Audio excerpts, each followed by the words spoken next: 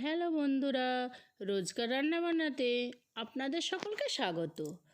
আবারও একটা রেসিপি নিয়ে চলে এসেছি, দোকানের মতো চিকেন পকোড়া। আমি চিকেন পকোড়াটা ঘরোয়া পদ্ধতিতে আমার মতো বানালাম, সেটাই আমি আপনাদেরকে দেখানোর চেষ্টা করলাম। এবার আমি চিকেন পকোড়া বানানোর জন্য 750 গ্রাম মাংস নিয়ে নিয়েছি। তাতে লেবুর রসটা দিয়ে দিচ্ছি। লেবুর রস যখন দেওয়া হয়ে যাবে, তারপর আমি গোলমরিচের গুঁড়োটা দিয়ে দিলাম।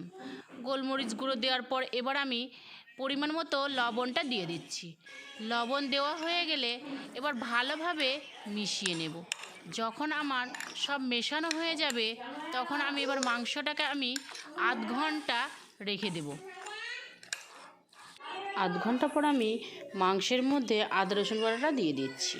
তারপর আমি পেঁয়াজ বাটাটা দিয়ে দিলাম। পেঁয়াজ বাটা দেওয়া হয়ে গেলে এবার কাঁচা লঙ্কা বাটাটা দিয়ে দিচ্ছি। কাঁচা লঙ্কার পর এবার হলুদ গুঁড়োটা দিয়ে দিলাম। হলুদ গুঁড়ো দেওয়া হয়ে গেলে জিরে গুঁড়োটা দিয়ে দিচ্ছি। জিরে গুঁড়ো দেওয়ার পর এবার আমি ওর মধ্যে কাশ্মীরি লঙ্কা গুঁড়োটা দিয়ে দিলাম। ডিম ভেঙে আমি ওর মধ্যে দিয়ে দেব। ডিম ভাঙা দেওয়া হয়ে গেলে এবার আমি 2 চামচ কর্নফ্লাওয়ার দিয়ে দেব। কর্নফ্লাওয়ার দেওয়া হয়ে গেলে আবারও 2 চামচ আমি ময়দা গুঁড়ো দিয়ে দেব। এবার ময়দা যখন আমার দেওয়া হয়ে যাবে, হাতের সাহায্যে আমি ভালো করে মিশিয়ে নেব। একদম ভালোভাবে মেশাতে হবে, যাতে মশলাগুলো মাংসের মধ্যে ভালোভাবে মিশে যায়। যখন আমার মেশানো হয়ে যাবে, তখন আমি অন্যদিকে গ্যাসে তেল গরম করতে দিয়ে দেব। এবার আমি তেলটা গরম করতে দিয়েছিলাম। এবার তেল গরম হয়ে এসছে, তাতে আমি একটা একটা করে সব মাংসগুলো ভাজতে দেব।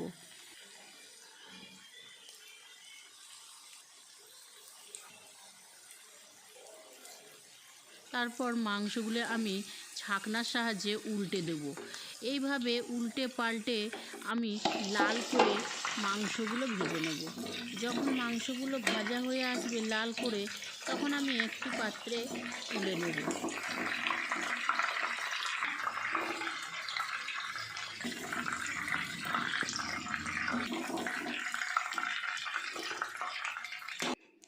অন্য একটা পাত্রে 3টে ডিম নিয়ে নিয়েছি, তাতে লবণ দিয়ে দিয়েছি ও 3 চামচ আমি কর্নফ্লাওয়ার দিয়ে দিচ্ছি। তার সঙ্গে 3 চামচ আমি ময়দা দিয়ে দিচ্ছি। এবার আমি ময়দা, কর্নফ্লাওয়ার, ডিম, লবণ ভালোভাবে মিশিয়ে নেব। এইভাবে মেশাতে মেশাতে যখন আমার একটা ভালো ঘন ব্যাটার তৈরি হয়ে আসবে, তখন আমি আগে থেকে যে চিকেন ভেজে তুলে রেখেছিলাম, সেগুলি ওই ব্যাটারের মধ্যে ডুবিয়ে আবারও আমি তেলে ভাজতে দেব। এবার ছাঁকনার সাহায্যে এইভাবে নেড়ে চেড়ে নিলে আমার দেখেন পকোড়াগুলো কেমন ফুলে উঠছে। আর বাকি যে চিকেনগুলো আছে, এইভাবে আমি তেলের উপর একটা একটা করে দিয়ে আবারও নেড়ে চেড়ে নেব।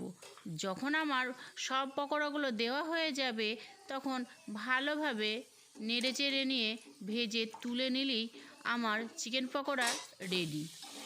এবার গরম গরম পকোড়াগুলি চাট মশলা ও সস দিয়ে পরিবেশন করুন। আপনারা খান ও অপরকে খাওয়ান।